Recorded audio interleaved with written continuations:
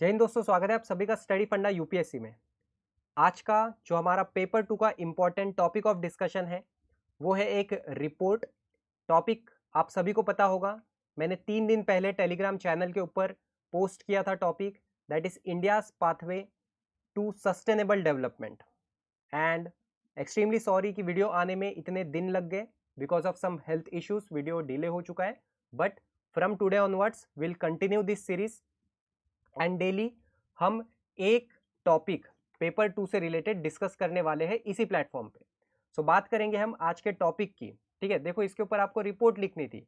बहुत सारे स्टूडेंट्स का कहना था सर इन्वायरमेंट से रिलेटेड कुछ भी अभी तक टॉपिक कवर नहीं हुए हैं। ठीक है, ऐसा नहीं है कि नहीं कवर होंगे। ठीक है, अभी बहुत दिन बाकी है हमारे पास, तो हम सारे टॉपिक्स को कवर करने वाले हैं। तो इसके ऊपर आपको 200 वर्ड्स में रिपोर्ट लिखनी थी। एंड इससे पहले मैं आपको और एक चीज बताऊंगा कि जो हमारा आज का टॉपिक है, ठीक है, it is related to sustainable development. और अगर आप देखोगे तो ये आता है किस थीम के अंदर, इन्वायरमेंट थीम के अंडर में आता है ये। ठीक है, एंड इन्वायरमेंट से रिलेटेड अगर कुछ भी आता है, कुछ भी आता है, वो आर्ग्यूमेंट हो, चाहे ऐसे हो, चाहे रिपोर्ट हो, वहां पे अगर आप मेंशन करते हो सस्टेनेबल डेवलपमेंट का, ठीक है, वो तो आपको करना ही पड़ेगा कि हमें हमें डेवलपमेंट तो करनी है, but not at the cost of degradation of environment, right. और वहीं पे आपका आना चाहिए एसडीजी का जिक्र। एसडीजी क्या होते हैं? ये सस्टेनेबल डेवलपमेंट गोल्स है।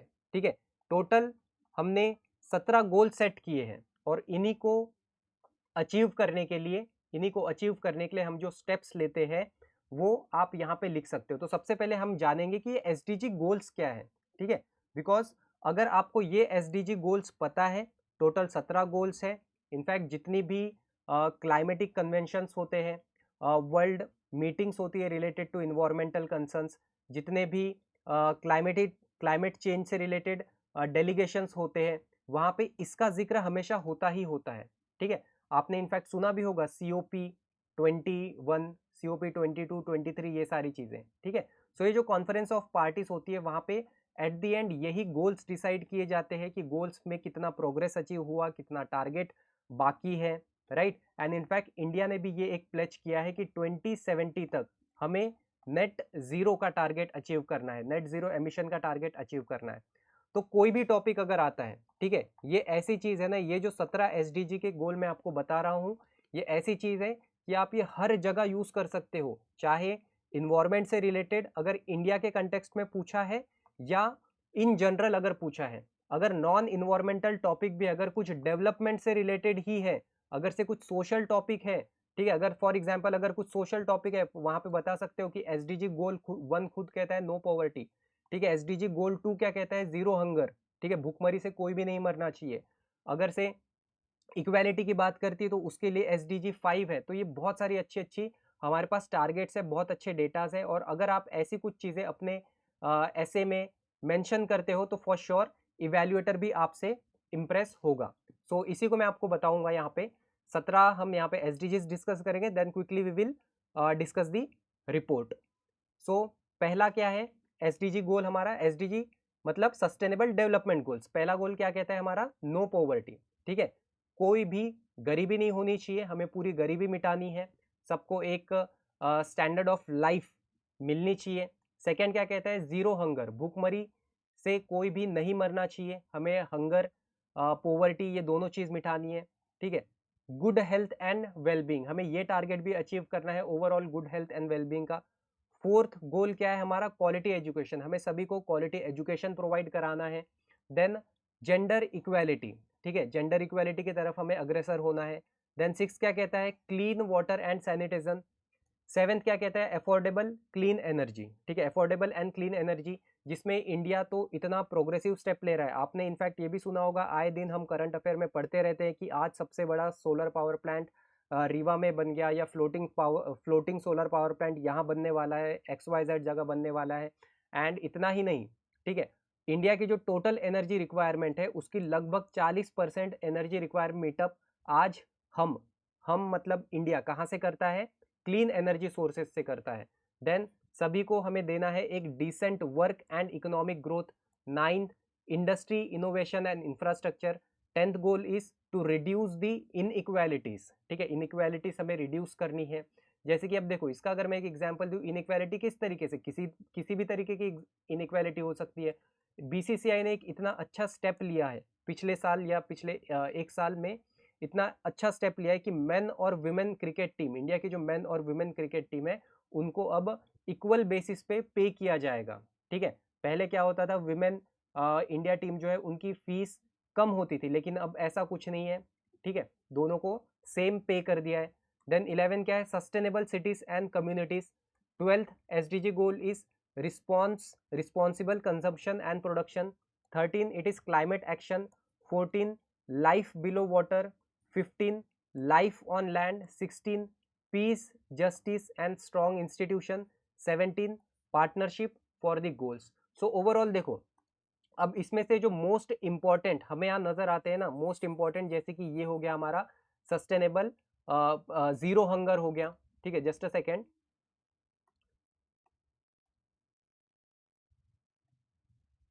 अब इसमें जो मोस्ट इंपॉर्टेंट है, जैसे कि नो पॉवर्टी है, जीरो हंगर है, आप एटलीस्ट इसमें से, मैं ये नहीं कह रहा कि आप 17 के 17 याद कर लो, लेकिन इसमें से 4-5 तो इतने इंपॉर्टेंट है कि वो आप हर जगह यूज कर सकते हो। बस अगर आपको पता हो ना कि यार एक नंबर पे क्या है, no poverty.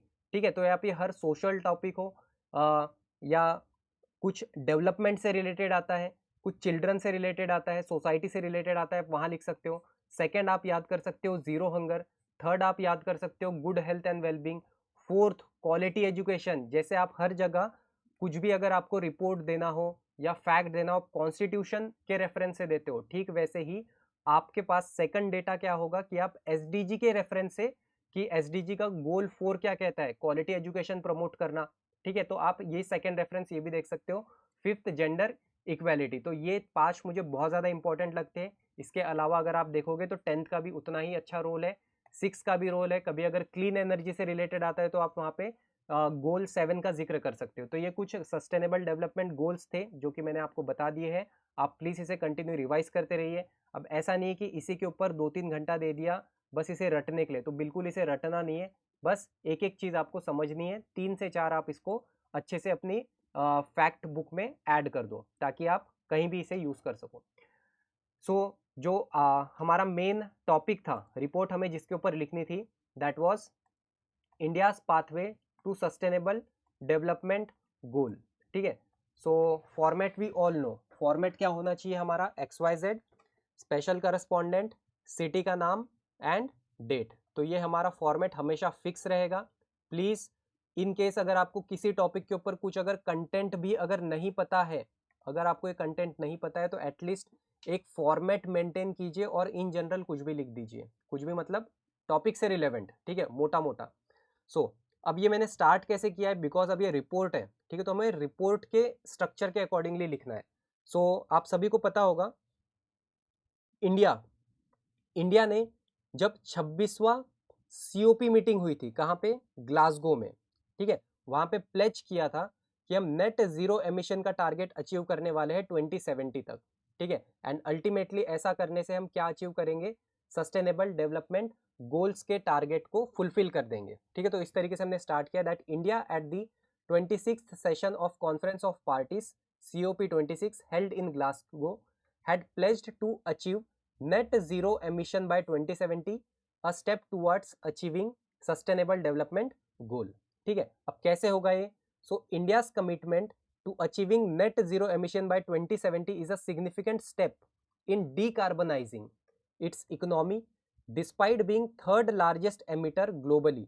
India is making strides in renewable energy। कैसे, इंडिया जो है वो थर्ड लार्जेस्ट प्रोड्यूसर है रिन्यूएबल एनर्जी का, जिसका लगभग 42% पावर, टोटल एनर्जी रिक्वायरमेंट का 42% हम कहाँ से फुलफिल कराते हैं, कहाँ से कवर अप करते हैं, क्लीन सोर्सेज से।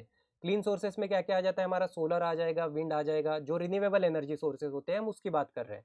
ठीक है, अब इसके लिए हमने और क्या क्या स्टेप्स लिए, जैसे कि बहुत सारे गवर्नमेंट स्टेप है। अब देखो, जब हम ओवरऑल बात करते हैं ना सस्टेनेबल डेवलपमेंट गोल की, तो वहाँ पे एजुकेशन भी आ जाता है, हमने देखा है, वहाँ पे इक्वालिटी भी आती है, वहाँ पे डिस्क्रिमिनेशन भी हमें रिमूव करना है, वहाँ पे जीरो हंगर, पोवर्टी, ठीक है, ये सारी चीज़ भी अचीव करनी, तो हमारी एक पूरी होलिस्टिक अप्रोच होनी चाहिए। ठीक है, तो उसी से रिलेटेड हम बात करेंगे। तो several government scheme address various SDGs, जैसे कि स्वच्छ भारत मिशन हो गया जो कि सैनिटेशन को प्रमोट करता है, देखा था ना हमने एक relate sustainable goal, I guess it is, कौन सा गोल था ये हमारा, 6, clean water and sanitation. Okay, so Swachh Bharat mission किसे प्रमोट करता है, सैनिटेशन को। वाइल बेटी बचाओ बेटी पढ़ाओ किसे टैकल करता है, ये जेंडर इक्वालिटी को, समझ रहा है आपको, ठीक है, कि हमारी जो भी स्टेप्स होती है, गवर्नमेंट की पॉलिसीज होती है, वो मतलब ये सारे एस्पेक्ट्स को भी ध्यान में रख के बनाई जाती है। प्रधानमंत्री उज्ज्वला योजना provides clean cooking fuel, reducing health problems and environmental damage. Okay, so overall हमने यहाँ पे बता दिया है। आफ्टर दैट हम देखेंगे कि अब इंडिया में एसडीजी को मापने के लिए क्या है, ठीक है, तो नीति आयोग ने भी अपना एक यूनिक इंडेक्स बनाया है। सो NITI Aayog in India has developed a unique SDG India index for all states and union territories. अब आप सोच रहे होंगे कि मैं किस इंडेक्स की बात कर रहा हूँ, जी हाँ, ये वही इंडेक्स है जहाँ पे स्टेट्स को अलग अलग कैटेगरीज में डिवाइड किया जाता है। कैसे कैटेगरीज में, कुछ को एस्पायरर्स कहते हैं, किसी को फ्रंट रनर कहा जाता है, ठीक है, फ्रंट रनर जो बहुत ज्यादा आगे है उसे क्या कहते हैं, अचीवर्स कहते हैं, है ना। तो ये उस इंडेक्स की बात हो रही है जिसके ऊपर बहुत बार आपके सीडीएस सीएपीएफ में रिसेंटली क्वेश्चन भी आया है पेपर 1 में। So Niti Aayog has developed a unique SDG India index for all state and union territory to measure India's performance in the sustainable development goal to monitor all the 17 targets। ये report हमें क्या बताती है कि कितना improvement हुआ है पिछले 5 सालों में सभी इंडिकेटर्स और टारगेट्स में। सो फाइनली हम ये भी बता देंगे क्योंकि ये रिपोर्ट है ना, तो हमारे पीएम मोदी जी ने भी क्या कहा है, सभी इंस्टीट्यूशन से उन्होंने रिक्वेस्ट की है, अर्ज किया है सभी इंस्टीट्यूशन से, सभी इंडिविजुअल से, to move with a resolution that every effort, जो भी हम एक एक्शन लेते हैं, जो भी हम स्टेप लेते हैं, वो होना चाहिए इंडिया के एसडीजी अचीवमेंट पे and ultimately the developed India.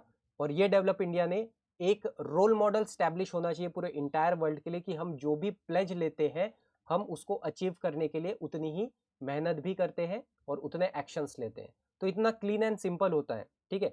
So till now अभी तक मैं आपसे ये एक्सपेक्ट करता हूँ कि जितने भी स्टूडेंट्स अब तक मेरे साथ जुड़े हैं यहाँ पे, ठीक है, जो मुझे रेगुलरली फॉलो कर रहे हैं, सो उन्हें इतना तो आइडिया लग गया होगा कि यार 200 वर्ड्स जो होते हैं ये बहुत कम होते हैं, ठीक है, बहुत कम होते हैं और इसके अंदर बहुत ही क्लीन एंड सिंपल ही लिखना चाहिए। जितना क्लीन एंड सिंपल रखोगे उतना ही आपका माइंड क्लैरिटी से वहाँ एग्जाम में वर्क करेगा और उतना ही ब्यूटीफुल प्रेजेंटेशन रहेगा। और जितना ही आपका अच्छा प्रेजेंटेशन होगा, इवेल्युएटर्स अल्टीमेटली आपको कुछ मार्क्स अच्छे ही देगा कंपेरेटिवली टू दैट कैंडिडेट जिसका अनऑर्गेनाइज्ड कंटेंट है, राइट।